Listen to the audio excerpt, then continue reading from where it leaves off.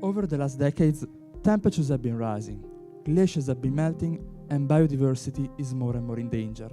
Since oceans absorb about 90% of the atmospheric heat, all these changes are having a huge negative impact on them. The sea level has been continuously rising, and this phenomenon is creating chemical imbalances as water acidification. Indeed, our oceans absorb about 30% of the annual CO2 emissions, and this, over the past century, has led to an increase of 26% in the level of water acidity, resulting in the disappearance of 14% of the coral reefs in just under a decade. However, nature lends us a helping hand to solve part of this problem, and so here we are, ready to accept the challenge. This is how Oyster to Life was born. Can you imagine the impacts that 1 square kilometer of oysters can have on the marine environment? First, they remove up to 4 tons of nitrogen. Second, they contribute to the growth of up to 260 tons of fishes. Last but not least, they can remove up to 40 tons of carbon from the water, and this is done annually. All of this is so impactful. So, oysters are a precious resource, and we cannot afford to dispose of them incorrectly, wasting their potential. Carrying out more detailed research on the shellfish industry, we discovered that in Italy, most of the discarded shells come from the bivalve purification centers. These centers are the middle step between shellfish cultures and consumption, with the aim of making them safe to be eaten. Currently, the mussels discarded by the shellfish purification centers mostly end up into incinerators. However, through this linear economic model, we are wasting a precious resource that instead could be looped back into the value chain through a circular economic model, going from being a simple waste with no value to being a resource. Italy has about 500 centers, which cumulatively discard 33,000 tons of mussels, the equivalent of the weight that would be carried by 300 aircrafts. And to dispose of them, they face 6 million euros in annual expenses. This is where we will enter with our project, to give a more valuable end of life to these shells. But how does our project work? There are 5 main steps. The first step is the collection of oyster shells from the shellfish purification centers. After the collection, the shells will be brought into warehouses where will be sterilized using an autoclave, and then will be mixed with other materials to create multiple blocks. The next step is the placement of the blocks into the sea, one next to the other, to create the reef. Here, the reef will contribute to great positive impacts. Queste specie sono molto importanti in quanto forniscono anche svariati servizi ecosistemici, come per esempio contribuiscono alla stabilità del sedimento, forniscono del substrato solido per altri organismi per attaccarsi, quindi contribuiscono all'aumento della biodiversità. Questi banchi sono tridimensionalmente complessi, quindi fungono da nursery habitat per molte specie di pesci e crostacei.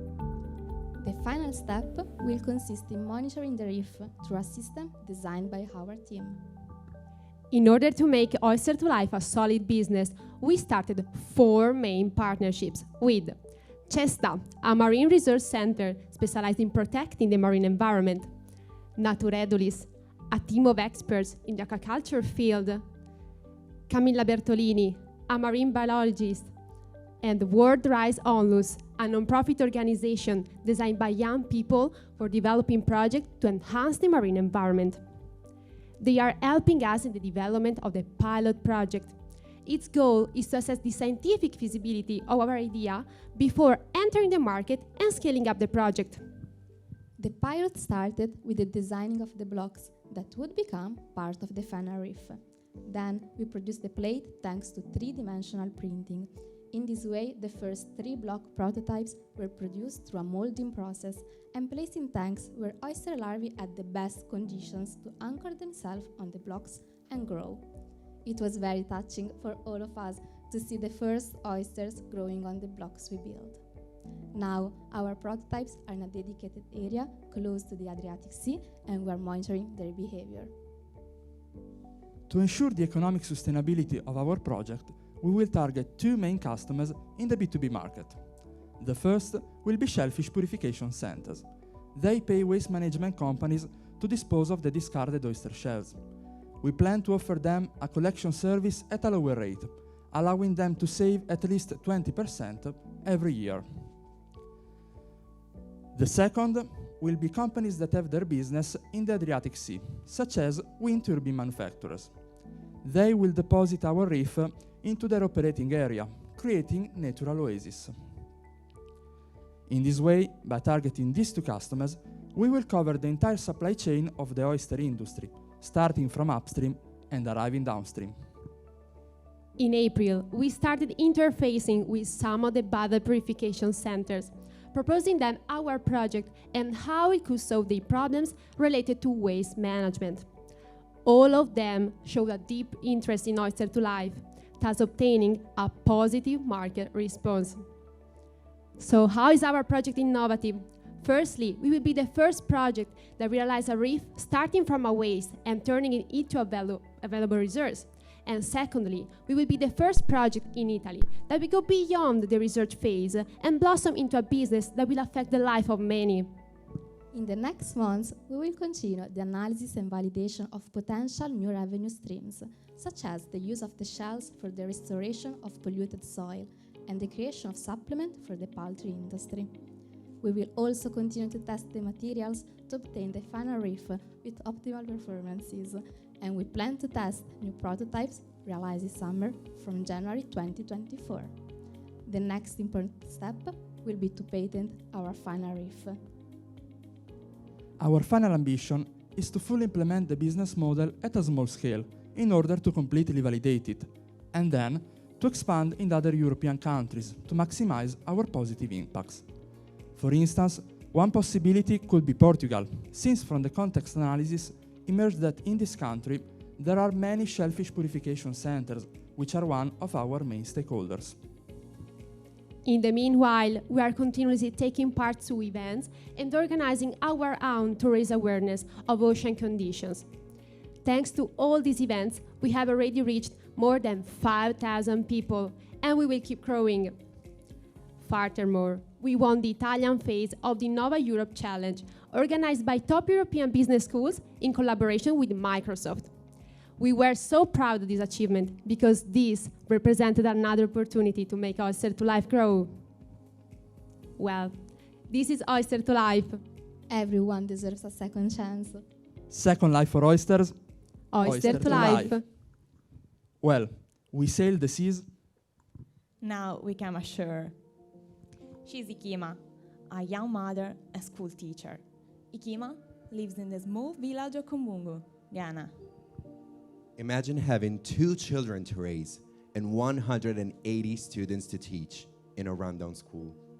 Imagine working in precarious conditions, producing goods sold for €2 per kilogram locally, but valued 10 times more in the fast-growing European market, all while still facing heavy exploitation. Imagine being caught between the roots of a tradition that is losing its value and future. She Matters emerged from joint thinking with Ikima about possible solutions. We chose to enhance the 2 local vocations she shared with us, education and shea butter production. This is what She Matters was born for. We create a commercial bridge between Ghana and Italy, ensuring the pillars of fair and sustainable trade. But we're going beyond. We not only give voice to the community, but we support the creation of new positions of leadership. We don't just reinvest the profits, but we fund projects co-developed with the community itself. Moreover, we're going to challenge the boundaries of a fully circular economy by introducing an innovative pyrolytic reactor to leverage the waste of production. How does She Matters work? This business supply chain begins with the butter production. This is made by the all-women cooperative led by Kima, Nasara Naturals.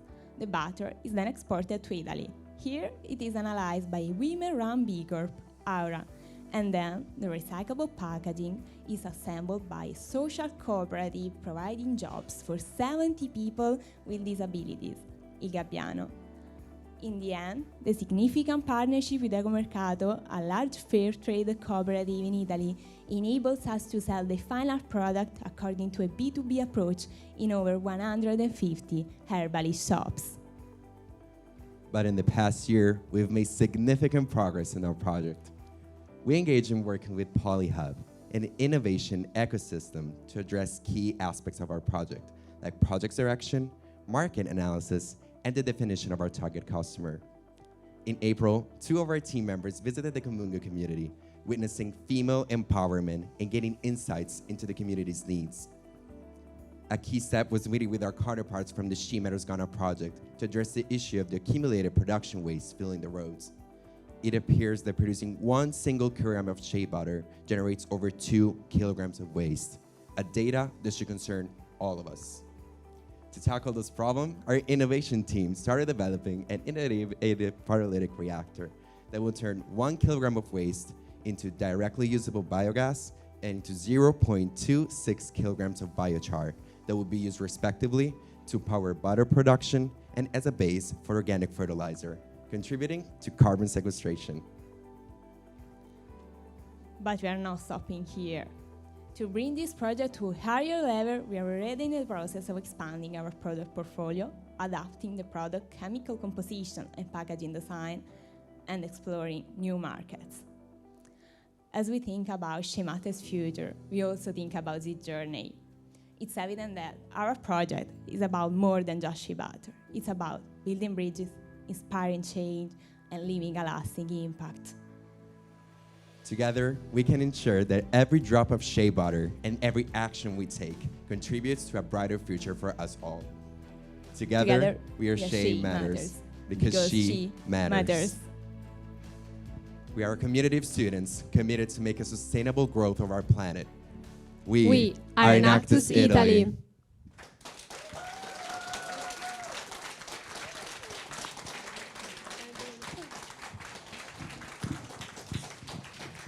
Thank you for your presentation. The question and answer period will now begin. Judges, again, I'll bring a microphone round and just please state your name and company at the start of the first question.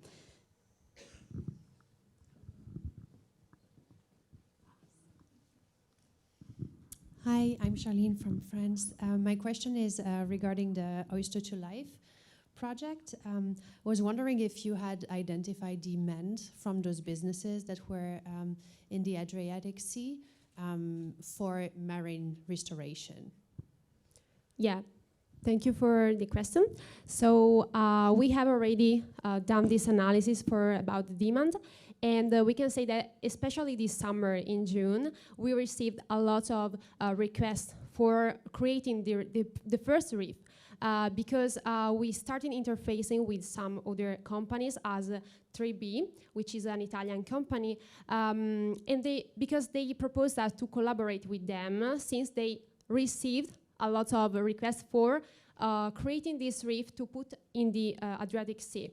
Because in the Adriatic Sea there are lots of wind turbine manufacturers that basically go to operate in that area, but in this way they are destroying the marine habitat, and the Italian rules say that basically they have then to reconstruct what they have destroyed.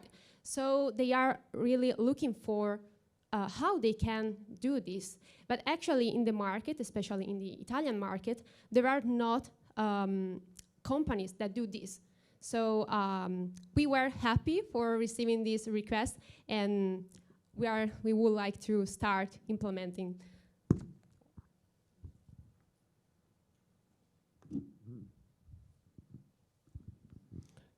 I have also a question to Oyster to Life project. Sorry. The collection of the shells, how do you manage it? With what kind of partner? How does the logistics work? Well, since in Italy we are under the European regulations and directives, we need to strictly adhere to those rules.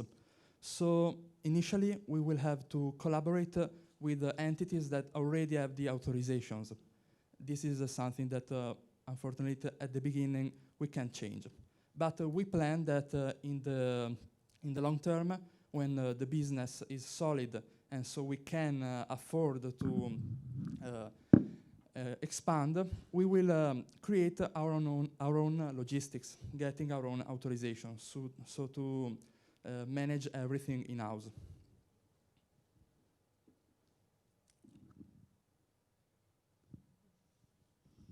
Thank you.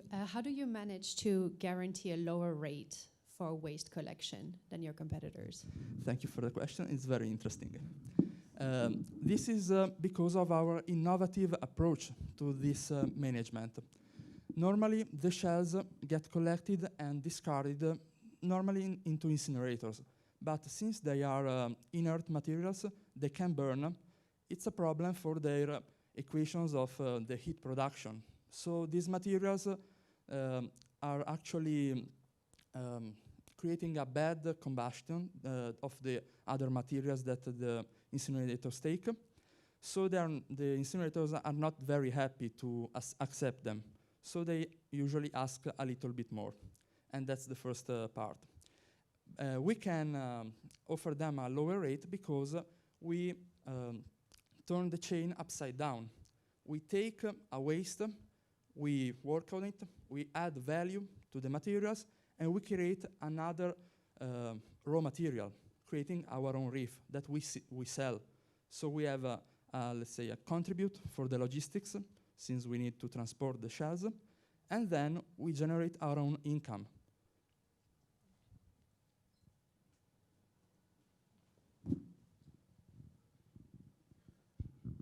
Hello, I'm Anne from Danone. I have a technical question. I'm not a technical expert. I'm just wondering how you turn, so this is for oyster, sorry, how you turn oysters into a block. What do you add? Is it really good for the oceans, or it's just, you know, adding more? It's a very important part of our project. Of course, we don't want to harm the oceans. Our proposition is to change and save the oceans. So this is very critical. We are still researching, since, well, research is something that never ends. Your time has expired. Sorry. Please join me in thanking the team from Enactus, Italy. Thank you.